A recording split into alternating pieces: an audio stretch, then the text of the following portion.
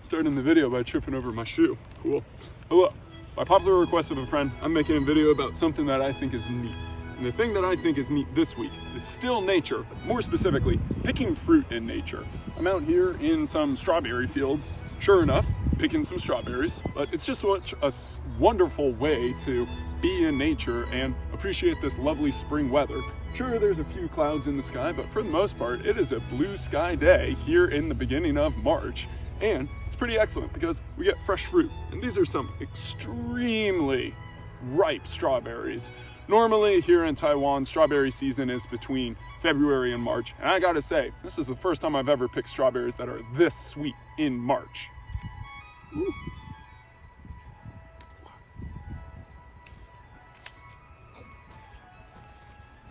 And one of the joys of picking strawberries in nature is, well, again, just being in nature. I mean, come on, look how beautiful the sky is today. And look how lovely the weather is.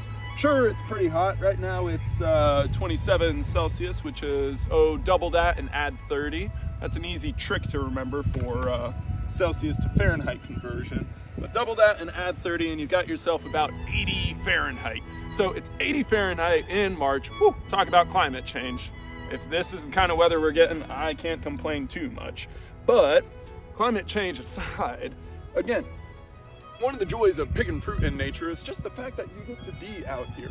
Sure, you're out in the open, but my goodness, it is lovely to be in this weather and enjoying this wonderful sunshine. It's healthy for us. We get to look at the beautiful mountains and, well, like I said, we get to have a tasty snack along the way. Now, regardless of when you pick strawberries, the important thing is that, well, you do pick strawberries. And it doesn't really matter what technique you use. Here in Taiwan, they give you scissors to use, but I'm not using scissors. I never pick strawberries using scissors, and I don't want to sound too conservative, but I'm not going to change my ways. No, thank you. Back in America, when it would be strawberry season, that would be during summertime, and it would be incredibly hot. And when you'd be working in the strawberry field, sure enough, you'd get really hot and you just want to get the job done fast. So you kind of rush your picking and you choose the ones that aren't fully ripe yet. But again, here in Taiwan, on a sunny day like this, it's pretty easy to find the strawberries that are good. And you can take your time picking the perfect ones. Perfect one every time. All right, so like I said, how do you pick strawberries is really up to you. The important thing is you do pick them. But obviously it goes without saying, these little green guys, they are not ready to be picked yet. These little kind of whitish color ones, they're not ready. But this red one right here, it certainly is ready. If you want to do a cautionary check, you can look around and see. If it's got a little bit green at the bottom, usually that's seeds. But like I said, you just pull it on off. And if you want to flick the leaves aside, you certainly can. And the important thing is you kind of look under the bushes, because sometimes they like to hide, like this little guy right here who's in my shadow. But again, you give it a look over. If there's no markings, you grab it with your hand and you just hit right off. Works every single time. And, you know, just rinse and repeat. Keep doing that sort of stuff. Keep finding strawberries. I like to put it between my index finger and my middle finger, and you just, and sometimes you get a little bit of stem left over and you just kind of pop that off. There we go. Perfect. That way you don't need to pick the stems clean when you're eating these. And also it makes things a lot easier for the final product. Yeah, there we go. Lots of strawberries hiding under the bushes. And these ones look pretty good. So if you want, you can do middle finger and index, or you can do thumb and index. And there's those sirens again. What's up with those?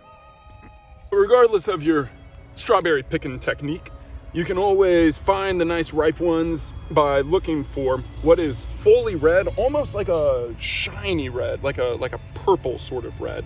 And some people prefer to find the ones that are clean, but for the most part, you're gonna wash them off later and it's not gonna be a big deal. So If you find ones that have a little bit of white at the bottom, it's not ready yet, or at least I think it's not ready yet. Granted, back in Ohio when I was a little kid, I would pick a lot of strawberries that were white and I'd still eat them, or I'd pick green strawberries and eat them. The fact is, spending time in nature and picking your own fruit is really, really special, because it's like you're working towards something. And even if it's a little bitty strawberry like this, it still has plenty of flavor and it still is pretty good.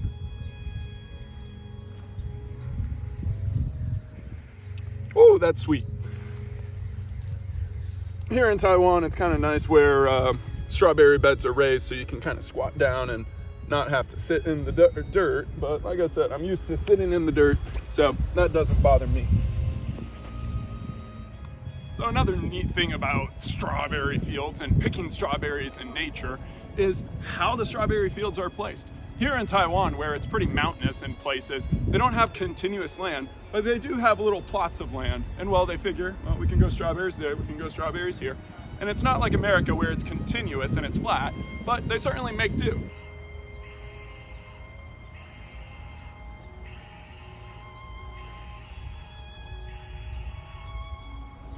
Now, if you heard that sound and the constant buzzing in the background, that's actually how they keep birds and insects away from the strawberry fields. They don't use pesticides to, make them toxic to eat for insects. Rather, they play screeching sounds and eagle sounds and firecracker sounds. And hey, sometimes they light off firecrackers as well. But I think that's a pretty neat way of keeping insects and birds away from the strawberry patches. Sure enough, you do need certain insects to come and pollinate the strawberries to make it work, but it's a very interesting tactic where you don't want to poison the strawberries using pesticides, and you want things to be fresh. And that's why picking fruit in nature is pretty neat. You get to, sure enough, be outside in this lovely blue sky day, but you also get a chance to pick strawberries that you get to enjoy yourself, even if they are a little green and white. See, I told you I'd eat this stuff.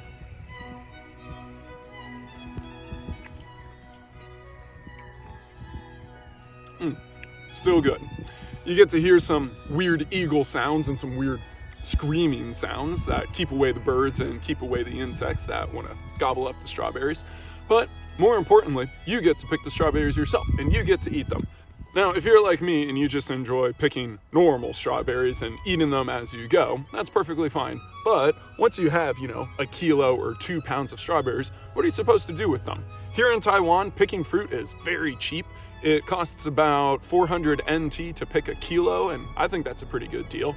That's about 10 USD to pick 2.5 pounds of fruit. I mean, who's not gonna take that offer? And it's fresh, so it's good. So you gotta ask yourself, now that I have, 2.5 pounds of fruit, what am I supposed to do with that? And I think that's a question for another day, or rather, another week.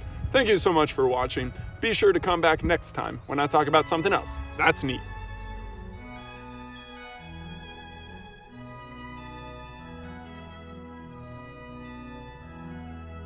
Ooh, epilogue time.